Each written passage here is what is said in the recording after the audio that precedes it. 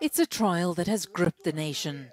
13 years after the massacre at a stadium in the Ghanaian capital Conakry, journalists at this radio station are closely following as former military and government officials, including the ex-dictator Moussa Dadis Camara, answer for their role in the attack.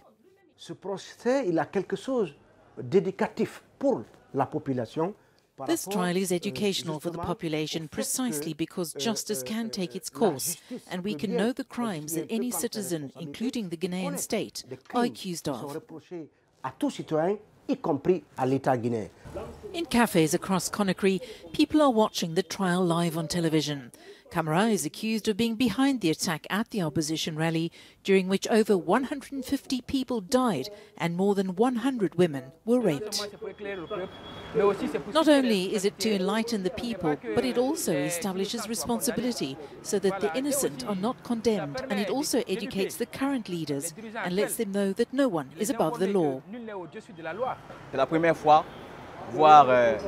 This is the first time we've seen such a trial in Conakry, and it will also give credibility to our justice system. The others will get their act together so as not to hurt the people of Guinea anymore. As the historic trial continues at a special court in the capital, under the spotlight of the media and the people of Guinea, there's hope that it will finally bring the truth to light and give some peace to families of victims of the massacre, and a new vision for the country in which impunity will no longer have a place. Senegal's renowned Pink Lake may be in danger.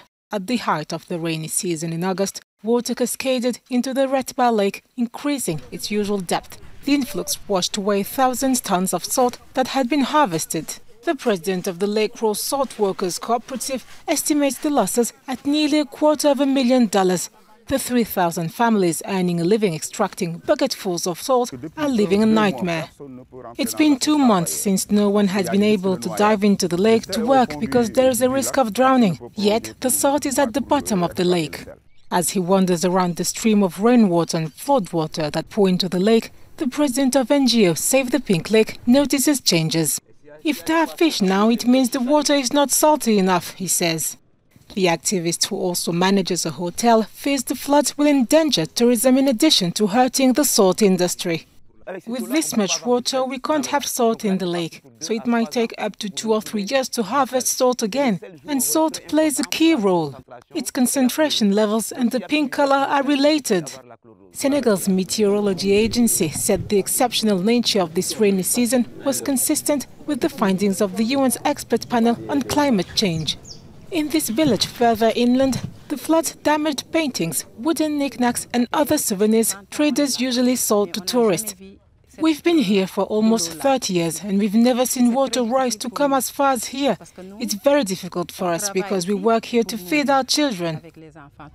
The brand Visit Senegal will have problems because the Pink Lake, the pink color and the salt industry were able to bring a lot of people to come to discover this place. So it is a loss for us, the craftsmen, and also a loss for Senegal, economically speaking.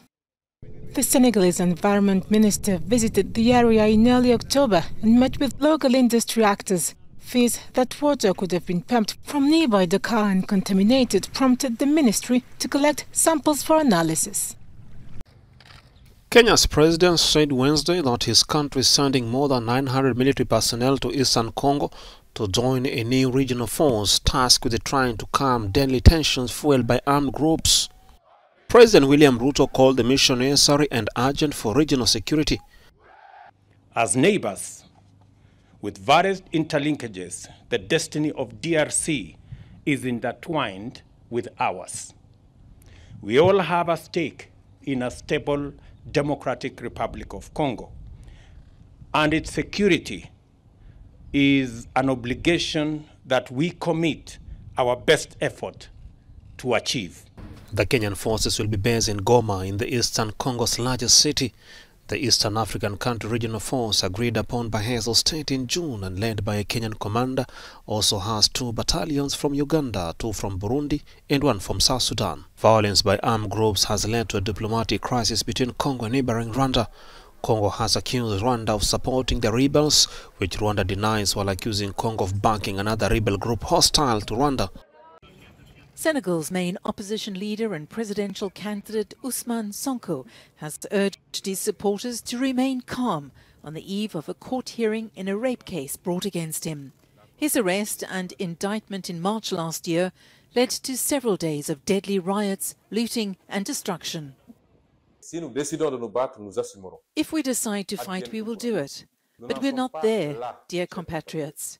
And that is why I ask you solemnly to go about your business, not to come to my house, nor to the court, nor to rally, because this is an ordinary procedure. It will not be resolved tomorrow. We do not have to fall into the trap of Macky Sall. This man is finished. He has 16 months left as the head of this country, and then he will leave. Members of Sonko's Yewi Askanwi opposition coalition have expressed their support for him, promising to stand together in the face of any injustice. We appeal to our fellow citizens. We tell them that today the situation is serious. It has always been since 2012, but even more so today. We ask them not to let anything pass. We ask them to stand up and stand together with the opposition, with the Yewi Askanwi coalition, to face this President of the Republic, who is obsessed with a third candidacy. All his strategies, all his subterfuges, it's nothing other than him wanting to dare to put forward a third candidacy. While Sonko has already thrown his name in the hat for the 2024 presidential polls, President Macky Sall has remained vague on whether he intends to run for a controversial third term in office. Warring sides in the nearly 2-year-long conflict rocking northern Ethiopia have agreed to end fighting Wednesday. The Ethiopian government and rebels from the Tigray People's Liberation Front had been discussing conditions for peace under the aegis of the African Union. Speaking in Pretoria, South Africa, AU envoy Obasanjo broke the news. The two parties in the Ethiopian conflict have formally agreed to the cessation of hostilities, as well as to systematic, orderly, smooth, and coordinated disarmament. Obasanjo also confirmed that both parties agreed on restoration of services and of law and order, as well as an unhindered access to humanitarian supplies. Eritrea, which has fought alongside neighboring Ethiopia, was not part of the peace talks, which opened on October 25.